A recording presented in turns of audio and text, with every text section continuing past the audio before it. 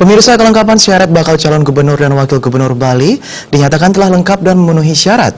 Hal tersebut disampaikan dalam rapat pleno terbuka yang dilaksanakan oleh Komisi Pemilihan Umum Provinsi Bali.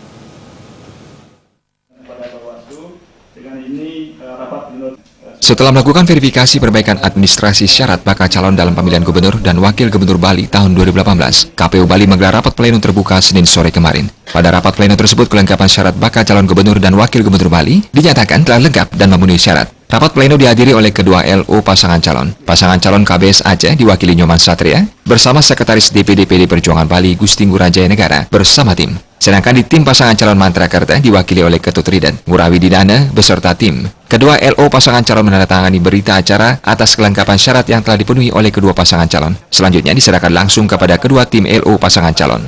Ketua KPU Bali, Idewa Kadewiyar Saraka Sandi mengatakan, dari hasil verifikasi perbaikan administrasi syarat calon gubernur dan wakil gubernur Bali dinyatakan telah lengkap. Selanjutnya, KPU Bali akan bersurat kepada LO kedua pasangan calon untuk penetapan calon gubernur dan wakil gubernur Bali pada 12 Februari 2018.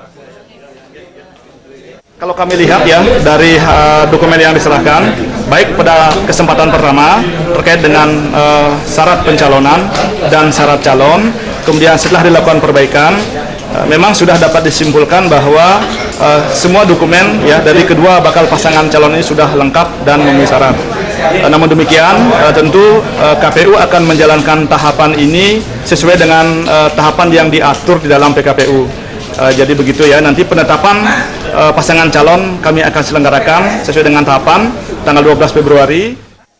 Setelah penetapan calon gubernur dan wakil gubernur Bali, KPU Bali melanjutkan tahapan Pilgub Bali, yakni pengundian nomor urut bagi pasangan calon pada 13 Februari 2018 mendatang. Indrawan, Bali TV.